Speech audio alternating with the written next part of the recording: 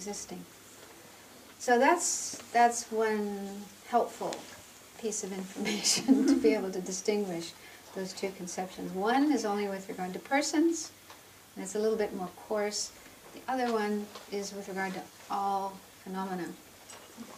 So Jeffrey Hopkins says that if you do go through a process of identifying an object of negation with regard to yourself, a sense of I, you identify a sense of I, and then you go through a process of refuting it, in this, meaning you kind of challenge it and use reasoning to see if it exists or not, and then you get to a sense of emptiness, a sense of absence of that self. So he said the way to know if what you have refuted is the self-sufficient, substantially existent self, or the inherently existent self, is to apply your understanding of emptiness to other phenomena, like a chair, a table, and see if you have the same experience. And if you don't, then you've only worked on the grosser level, not the subtle one. Because they say that if we do get a sense of the inherently existing self, or I, and we go through a process of refuting it and realizing its emptiness, we get to the point of experiencing emptiness, the absence of such a self, then that experience, that awareness, that understanding that you have, you can apply it to anything else as well. A chair, an inanimate object, and you'll have the same experience of emptiness. You realize that chair is also empty of inherent existence. The cup is empty of inherent existence. Buddha is empty of inherent existence. Dalai Lama is empty of existence. You'll be able to apply it to anything, inanimate, and you'll realize its emptiness. And all other levels of self also disappear then, or also I the think controller? So. Yes. But they say realistically you first have to realize the emptiness of the controller. Yeah. Before you can get to the deeper one. But this is just to be able to tell, because they say sometimes people get a sense of an I, and then they go through a process of refuting it, and they think, oh, now I have refuted the inherently existent I, but in fact they haven't. They've only refuted the self-sufficient, substantially existent I. So they still have to go one step deeper and refute the inherently existent I. So he's just saying this is the way to know if you've realized the emptiness of the self-sufficient, substantially existent self or the inherently existent self. So I thought that was a very helpful explanation, because I never came across it anywhere else. But it probably exists in the text. Not all the texts on emptiness have been translated into English and other languages, so we don't have access to all those materials. But Jeffrey Hopkins is amazing. He has studied so much and translated so much and received so many teachings. So he has access to a lot more information than we do. And he spent his whole life doing this since he was in his 20s. Now I don't know how old he is, 70? So probably 50 years. 50 years he's been working on emptiness. Yeah. But is that also why it's suggested that you first start the emptiness of the I and then other phenomena? Is that the... Well, that's usually explained for another reason. Because they say that we have discussion about this because we find it difficult to accept, but they say that it's easier to identify the object of negation with respect to ourself than with respect to other phenomena. Because that's what we have to do first. We have to recognize, they say, identifying the object of negation, meaning the inherently existing I, or the inherently existing chair, or whatever. So they say recognizing the object of negation is easier if you do it with yourself than other phenomena. Now I always had trouble with that one, because to me it seems easier to work with a chair than with the self. But they say when it comes to, because they make this distinction, emptiness of persons and emptiness of phenomena. This is one way of dividing emptiness. There's emptiness of persons and emptiness of phenomena. Phenomena meaning everything that's not a person, whatever isn't a person, everything else. So they say it's good to start with the emptiness of persons, especially yourself, and then go to emptiness of phenomena. So the reason they say that it's easier to recognize the emptiness of the person rather than the phenomena is because when the term phenomena, even though it includes everything that's not a person, they say the main phenomena that we need to realize the emptiness of is our aggregates, our own aggregates. That's the main phenomena. And they say that is difficult to recognize. It's difficult to realize the emptiness of our aggregates. It's more subtle.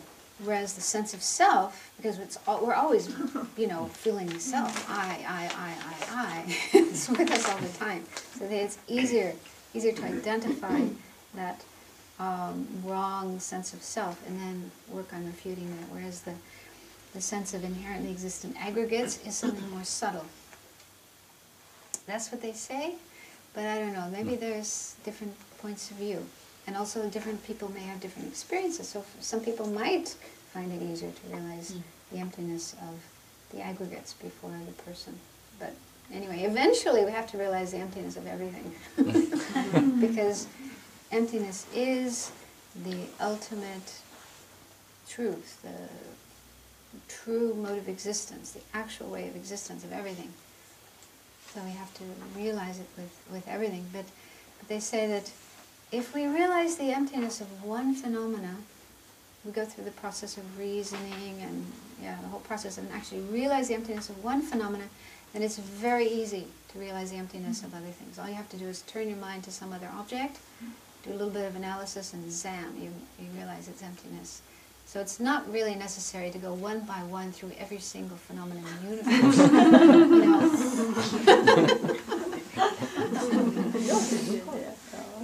I was just thinking it was Tenzin Palma who was listening to her talk on emptiness one time, and just for curiosity of this thing, she came to this teacher and she said, what do you think is easier to realize, the emptiness of the person or the phenomena? And she said, the person. Okay, then you're in the right place, otherwise I would send you down the streets to the Galupas.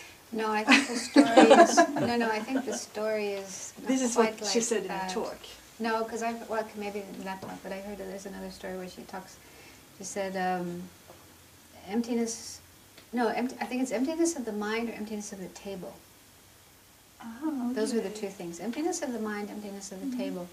And so she said, I'm more interested in emptiness of the mind rather than emptiness of the table. And the teacher said, well, that's good, you're in the right place. Okay, if you so were maybe concerned about the emptiness of the table, I'd send you down the street to the Galupas. I don't think that's completely fair. I mean, they do talk about tables. They do use a table as an example.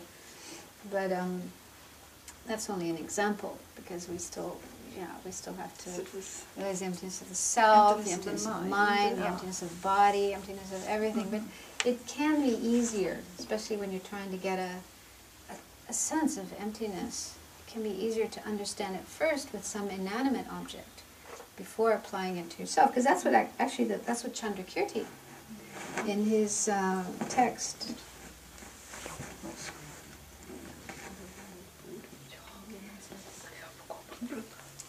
the Majjhimika Avatara, there's different reasonings that can be used to get a realization of emptiness.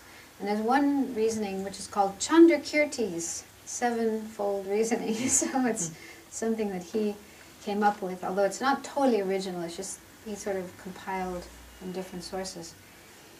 But it's, anyway, the sevenfold reasoning. And he first explains it with regard to a chariot. En vagn. Huh? En vagn. What is a chariot? Yeah. And then he applies it to a person, to the self, the I. And I think it is helpful to first use an external object you can actually see physically and take apart physically, or at least mentally. Then apply it to the self. It's helpful.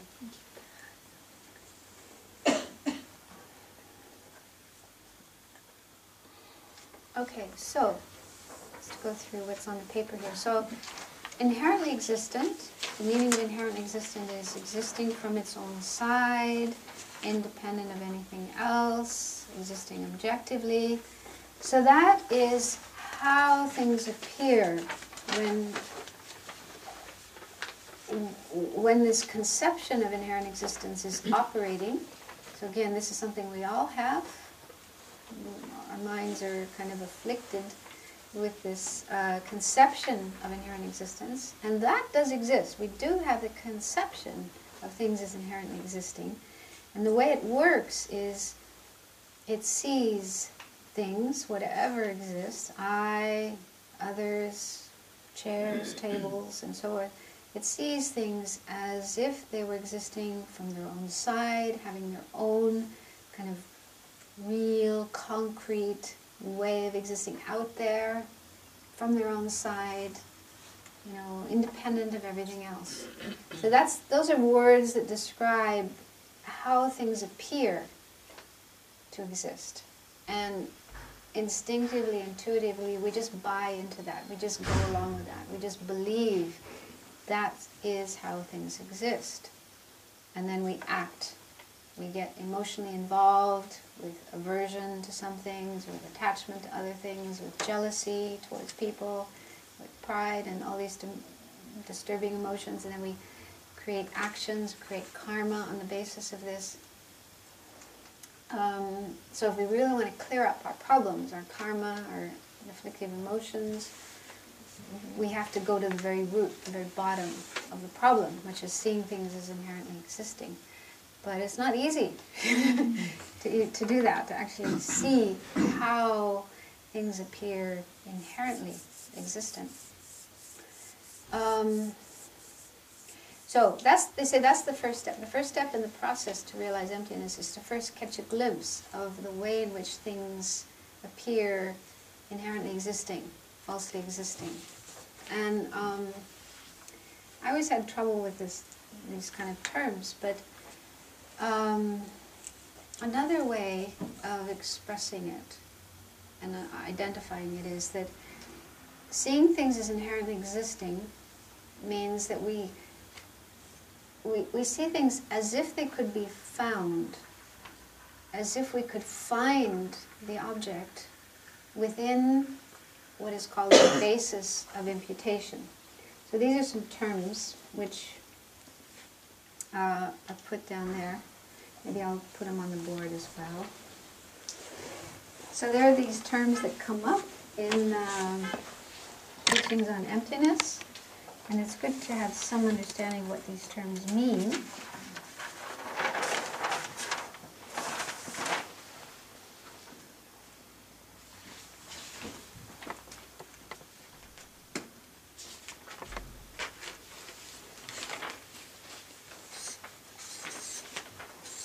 So one term is basis of imputation, although sometimes it's called basis of designation.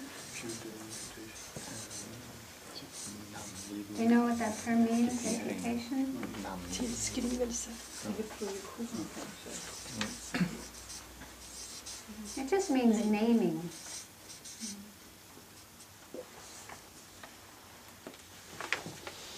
Basis of imputation, basis of designation. And the other term is the imputed object or designated object.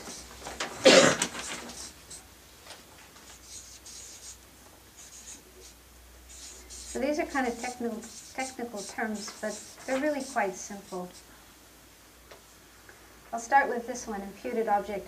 So, for example, the imputed object is just the object itself. So it could be a person, it could be a chair, it could be a cup. Okay, whatever the object is. Okay, whatever object we're working with, that is called the imputed object or the designated object. Then basis of imputation or designation, this refers to I guess in a general way we could say it's the parts the parts that make up that object. So in the case of the person, what would be the parts? Aggregates. Body, mind. In the case of a chair, the basis of designation would be the legs, the seat of the chair, the back of the chair. And we could go to a finer level and talk about the atoms, the molecules, the little particles. So it's just the parts.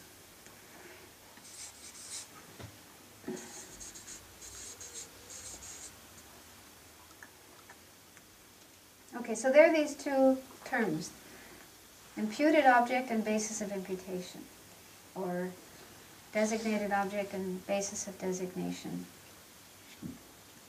So one meaning of inherent existence or independent existence is that it seems that we would be able to find the imputed object within the basis of imputation.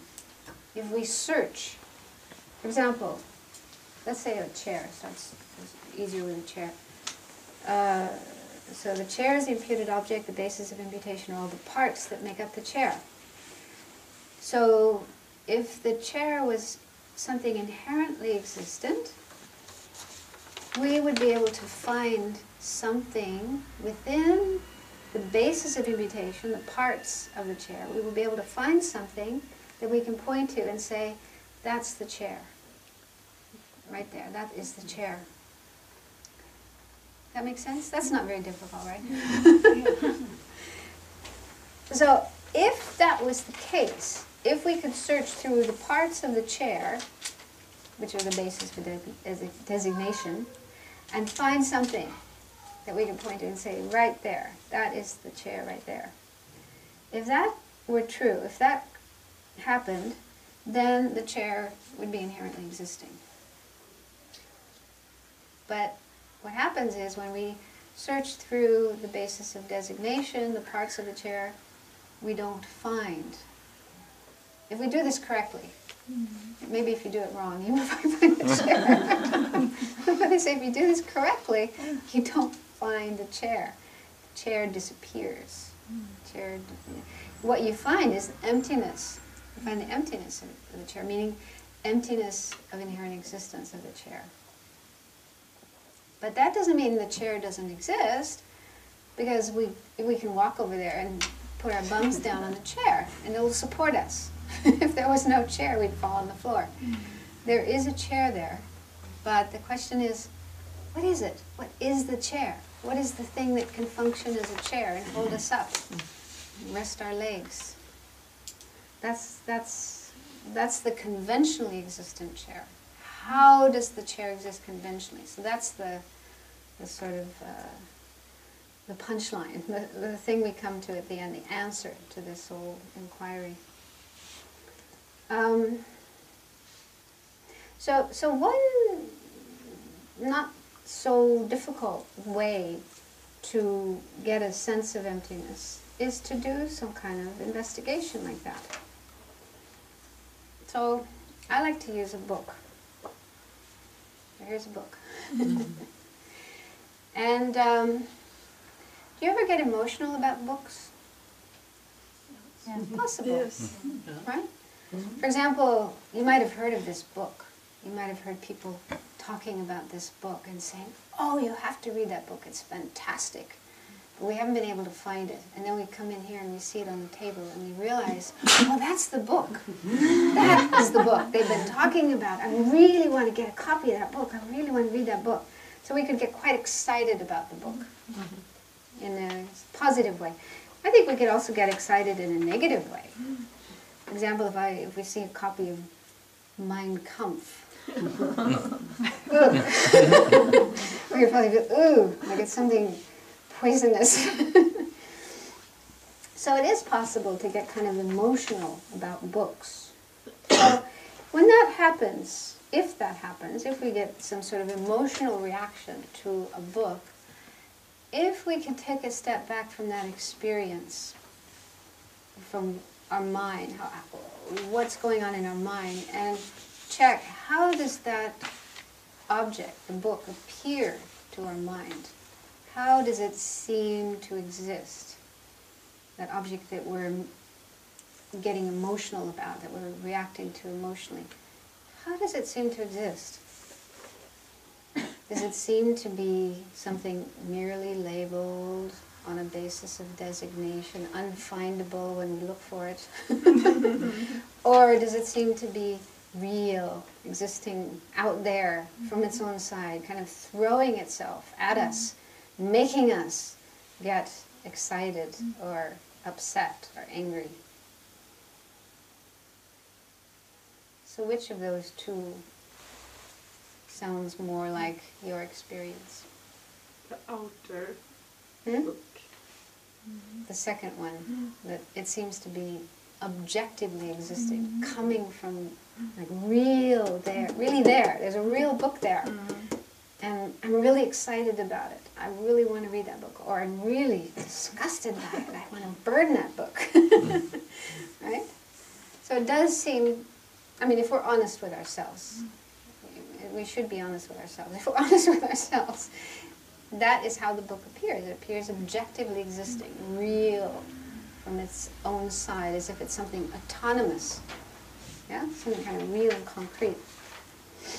So that is the meaning of inherent existence. That is the mode of things appearing when they appear inherently existing.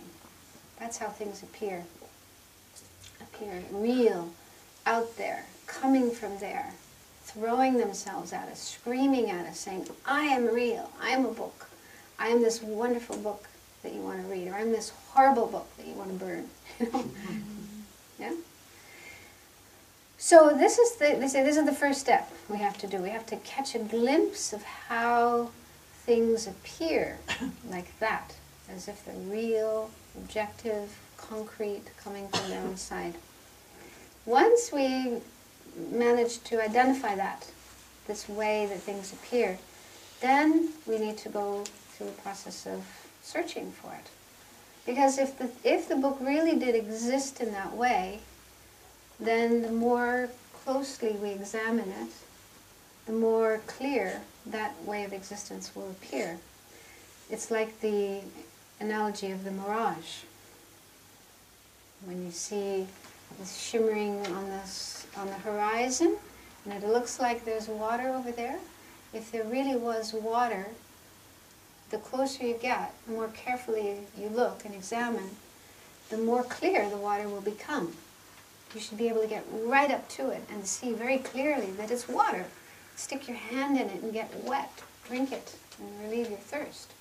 So if it really was water, it will become more and more clear that it's water, that it's true when you get close to it. So in a similar way, if this book did exist in that way, real, concrete, objective from its own side, the more closely we look and examine and investigate it, the more clear that mode of existence will appear. Until we become 100% convinced, yes, the book really does exist that way. So, on the other hand, if when we examine it, we get close, we really check very carefully, we try to find this objectively existing, inherently existing book, if we can't find it, then we conclude it doesn't exist. Just like when we get close to the mirage, or we try to get close to the mirage, and it disappears, we don't find any water there, it's just dry sand shimmering in the sunlight, then we conclude there's no water there. It's just an appearance, it's just a mirage. So that's how one comes to understand emptiness, but we have to go through that process. So, how do we do it? So one way is mentally, or you could also do it physically, if you have the ability to take something apart. It wouldn't be nice to take apart a book, but you know, some things we could physically take them apart. Or, like I say, if you go to IKEA And something is already in parts. When you buy it, it's already just parts. Then before you put the parts together, you can do this kind of analysis. But Jeffrey Hopkins says it's really good to do this carefully. He says, like, for example, with a carpet, you know, looking for a real, objectively existing carpet, you know, to think thread by thread, right? Each thread that makes up the carpet, there's threads going this way and other threads going that way. To really analyze each and every thread and ask, is that the carpet? Is that thread the carpet? Is that thread the carpet? So we can do that with a book. It might be rather time-consuming and boring, but it could be quite interesting. Because when we, you know, examine what is this anyway? Yeah, it's made up of pages. The book is made of pages, so this book has a few hundred pages, almost 300 pages, plus a cover, front cover, back cover, and there's probably some glue. I don't know if they use thread anymore. They used to use thread to put pages together, but anyway, thread or glue to hold all the pages together. And then also there's ink on the pages to make the words. So basically that's what this is composed of. Okay, paper, pieces of paper, ink, and glue or thread. That's what's actually here. Right? That's what's here. So this is the basis of imputation, that term. Okay? The basis of imputation, that term refers to all the parts of the book. Excuse me, the idea of the person who brought the piece of paper to the factory and the tree that used to the paper, is that also in that particular definition basis of imputation or not? How far back do you go? No, I think the basis of imputation refers to the actual parts. I mean, of course, it's good to think about. I'll talk about that later. Okay, let's just start with what's right here in my hands. So what's right here in my hands is just a combination of paper, ink, maybe some, I guess that's also ink, what they put on the cover to make it colored and design and so forth, and the cloth, the whatever, okay, whatever raw materials there are. Okay, so we're trying to find the book. We're trying to find this real, objectively existing, concrete, findable book that seems to be there. Seems to be there. So where is it? So I'm not going to bore you, but you know, you could, if you have time, go page by page and ask, is this the book? Is this the book here? Just this part, this front cover, what we call the front cover. Is that a book? No. Okay. How about this page? Is that a book? No. This page. Okay, so, yeah, it's boring. But it, like Jeffrey Hopkins said, it is useful to do that, you know, to really go part by part and ask, is that a book? Is that a book? Is that a book? Obviously not. So then if you did do this, and you went all the way through and got to the end, you didn't find anything, which is the book. Then you have the last bit, the back cover. Okay, that's the last possibility. Is that a book? No. The thread or glue that sticks it all together. Is that a book? No. So, we haven't found a book. So where's this book that seems so real, that's throwing itself at us? We went through all the parts and we didn't find it. So that means there's no book.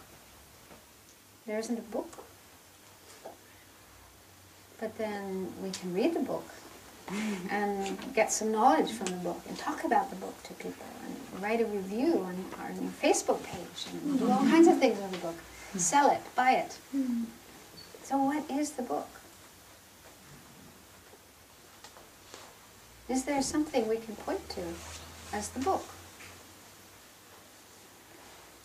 What do you think? Yes. The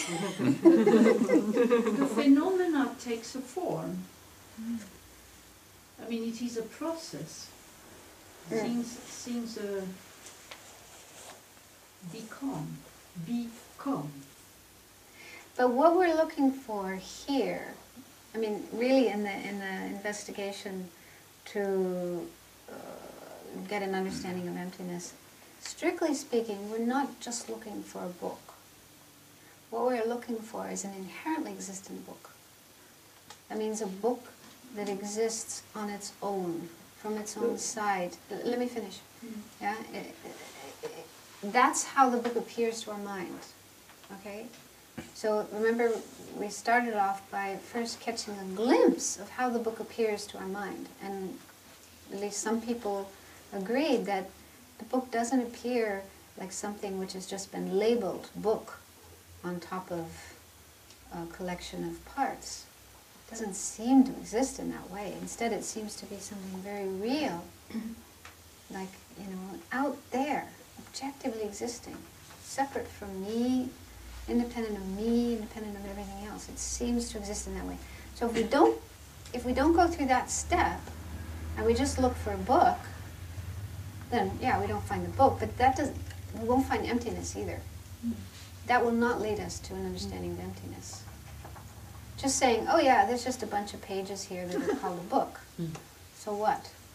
That's not understanding emptiness. That's not a realization of emptiness.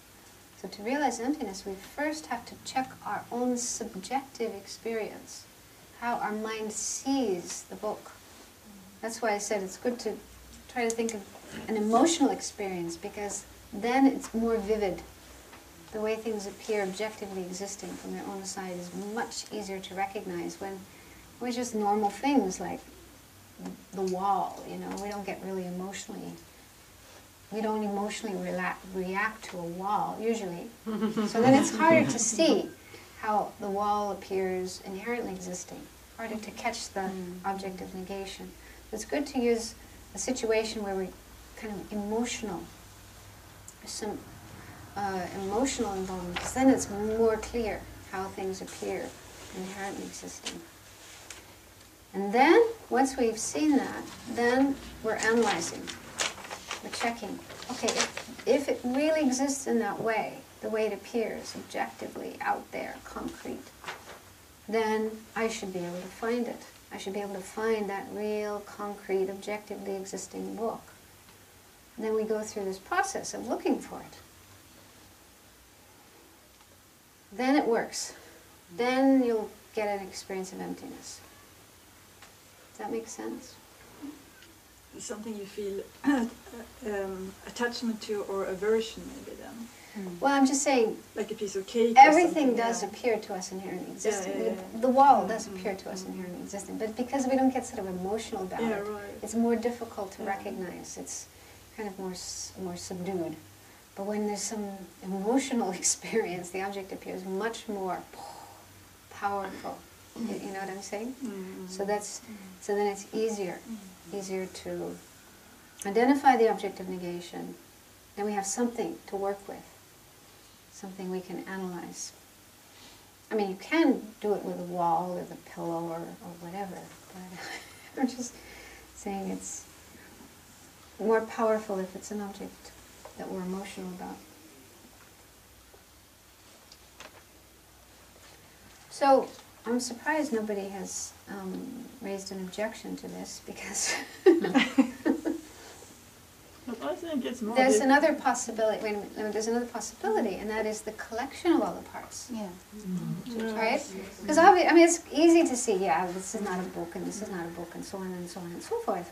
But then we would say, but when you put all those parts together, the whole collection of the parts, that's a book. That's the real book. Yeah? That's how it seems. Right? So what about that? And that's what you said about the chair. If you can put your finger on what is the real chair of the chair. You can't. It's the same with the book. Thoughts coming together, but still you can't say, well, is this page the book, or is that page the book? Is it kind of like that? Yeah, because I mean, for me, this was something I would always get stuck on, the collection of the parts. You know, to me, it seems like, yeah, all the collection of all the parts. That's a book. That's a real book.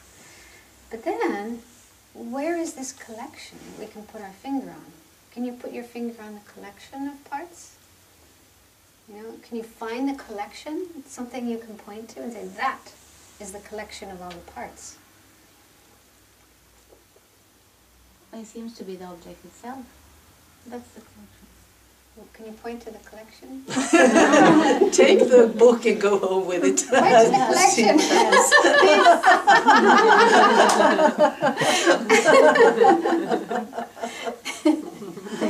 Because you see, whatever we point to is going to be one of the parts.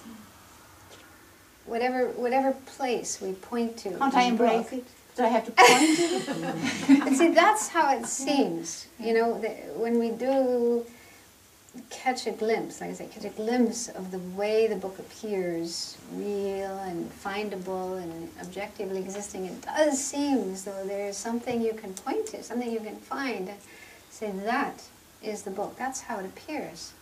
But then when we try to find that thing that we can isolate, we can point to and say, that right there, that is the book. We can't, because even a collection, when you think about what is a collection is like a forest. Can you point to a forest? I can imagine the whole Can you forest. embrace a forest? Yeah, I can put an image in my head. Okay, an image of the forest. Yes, we can have a mental image of a forest. We can have a mental image of a collection. But can we point our finger to it? Can we find that one thing, which is the collection? Like, for example, somebody says a stamp collection. I have a stamp collection. Would you like to come and see my stamp collection? Thank you. Well, maybe you want to be nice to this person. But, I mean, we think about what is a collection. You have a whole bunch of stamps, either in a box or in a book, you know, step by step. But the collection of stamps, the collection itself, is that something you can see or you can point to without seeing the individual stamps? It's a mental. It's just a mental thing, like a label. Like we label collection onto a bunch of stamps. Yeah. One thing that I find useful is if you take this building, for example, and then you're mentally imagining all the parts getting, you know, slightly apart, a little bit more apart, you know, so like all the parts, or the book, for example, the pages getting further and further apart. So at what point do they stop being the book and just pages hanging in space or whatever, or this building just, so that the collection kind of breaks apart at some point, but when and where, you know, so that has worked well for me. Yeah. And like I say, just going through this process is very helpful. Like Lama Yeshe used to use the term concrete view. He says, normally we have concrete view, meaning that things appear to us in a very concrete way. You know, concrete? Like that hard stuff on the ground. Things appear to us like that, like very solid, very concrete. And so even to go through a process like this, of mentally taking something apart, or like you say, you know, mentally separating the parts, has an effect on the mind. It softens the concrete view. Our concrete view of things becomes more soft, more light, not so concrete, but more like transparent, or like styrofoam. Not so solid. So that helps, and it helps us in a very practical way, because when things appear in a very concrete way, that kind of feeds our emotions. When you see the book as something concrete, yeah, inherently existent, real, objectively existent, your emotions can get much stronger. Yeah, like seeing Mein Kampf and wanting to burn it. Yeah, I hate that book. Or seeing a really wonderful book and wanting to steal it. So our kind of negative emotions or disturbing emotions are sort of fed or nourished by things appearing real and concrete, objectively existent. Whereas when we go through this kind of process of taking things apart, looking for the real object, not being able to find it, and even just thinking that things are made up of parts, and also thinking how those parts themselves are made up of parts, and where those parts came from. Like you were, Marion was saying, you know, all these parts came from different places, from different raw materials, like the trees. So many trees were cut down and made into paper and ink. I don't know where ink comes from. Chemicals? Is that a natural material? But anyway, there's some kind of process to bring ink into existence. And then all the machinery that is used to make paper and ink and put ink on the paper and publish a book and so on. So many different factors involved in this book coming into existence. So going through that process, it changes our perception, changes the way things appear to us, so that they don't appear so solid and concrete. And when things don't appear so solid and concrete, we're less emotional. We don't get so emotional about them. Yeah? I mean, we can still be very happy about the book, but we may not get kind of emotionally afflicted in the sense of, this is my book, don't touch my book, which is what often happens, right? Attachment or aversion, jealousy, and so forth. So this is a sort of practical application of even just an initial understanding of emptiness and working with an understanding of emptiness. It kind of cools our mind down, makes our mind more soft, more light, more relaxed about the things that appear to us. So even before understanding emptiness, even before we actually get a realization of emptiness, we'll experience probably improvement in our mind, in our emotional experiences.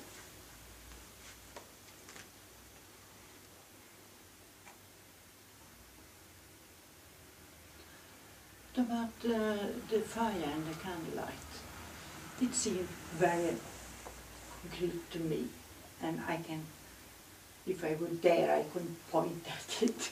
You get burned. Yes. You think it seems real and concrete? It's real. It can disappear very quickly. Yeah. And also, see, another way of working with emptiness, and it's a fairly easy way of working with emptiness, because when things appear to us as inherently existent, one meaning of that is they appear independently existing, as if they existed all on their own, not depending on anything else. I mean, of course, this is logically, it doesn't make sense, but what we're talking about here is a kind of instinctive way of seeing things. So when we see an object, a book, a chair, a candle flame, they appear as if they're existing all on their own, not depending on anything else. We don't see things as dependent phenomena. So another very helpful thing is to think about the ways in which things are dependent and therefore not independent. So like with the book, we thought about all the different steps involved in producing a book, starting with the trees, cutting down trees, and even before that, how the trees came into existence. It took years and years and years to grow, from the seed, water, and so forth, and the people who went and cut the trees. So many different factors you know, spread out all over the place and over time as well. All these different factors to bring about the book. So then it's obviously not something independently existing. So like with the candle flame, you know, is that something independently existing? Does it exist independently all by itself? I mean, I saw the person who came in here this morning and lit the candle. Yeah, it wasn't lit. I think I saw him, maybe it was yesterday. Anyway, somebody came in here this morning. There was no flame. Okay. So its existence is dependent on so many things. And soon, because the main basis of its dependence, the wax of the candle, that's going to run out. When that runs out, no more flame. So thinking about the ways in which things depend on other things for their existence, that makes it very obvious that things cannot exist independently. They don't exist independently. I'll talk more about that in the afternoon, because there's like 3 different ways that things are dependent. And it's good to contemplate those, because the more we think about those and familiarize ourselves with those, then the more our view of things will become softer and less concrete. And that, again, is really helpful in working with our emotions, our disturbing emotions. You do find yourself getting caught up in anger towards somebody, or in a kind of attachment, craving, obsessiveness with somebody or some object. You can use this meditation to cool down your mind, cool down your emotions. So I'll talk about that after lunch, but maybe it's time to stop for lunch. And any other questions you may have, we can take care of those later. How can we use these teachings while we're eating lunch? Is there a way of how we use this thinking about emptiness when we're eating this delicious self-existent food? Well, if you do have some sense of emptiness, then you can think there's no concrete, real, inherently existing I who is eating.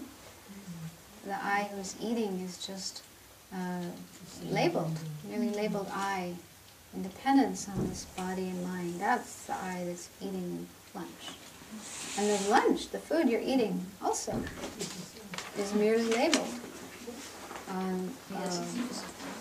You know, combination of different ingredients put together by different people and using different tools and stove and so forth. So, you know, many different things had to come together for this food to come into existence, and we just label it. Sandwich, tomato, pizza, sushi, you know, whatever it is, just labeled, yeah? Just a label given to a combination of things which are not that. You know, if you try to look for sushi in the rice and the seaweed and the cucumber or whatever it is, you can't find sushi. All you find is rice and cucumber and a fish or whatever, you know. You find those things, but you don't find sushi. You can't find the sushi.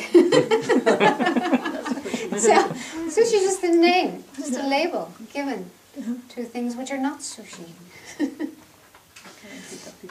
So, yeah.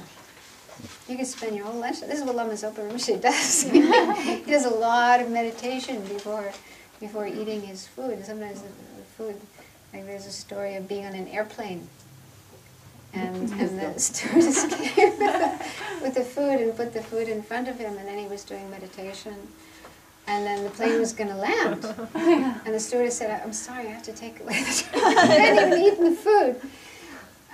But Roger Rinpoche's assistant said, "I'm sorry, Rinpoche, you didn't get to eat your food." And he said, "It's okay, I got the essence."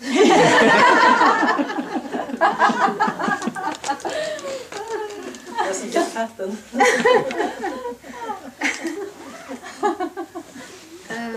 So yeah, you could think in that way. The I who's eating, the food I'm eating, the action of eating is also just labeled. We just call eating.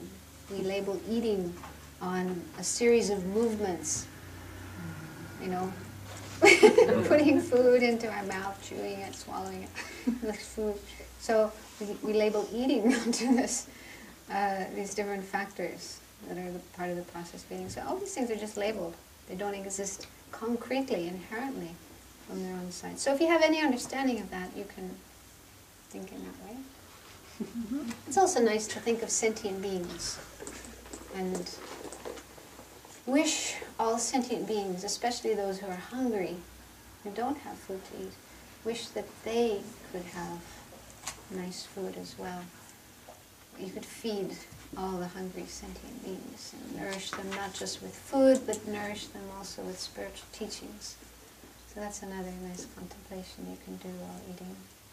And now offer it. There's also the practice of offering your food, imagining it as nectar and offering it to the Buddhas, spiritual beings. So there's lots of different practices you can do with eating. So whatever of those sounds appealing, you could use. Okay, so let's, what, an hour and a half? So 2:30, we start again?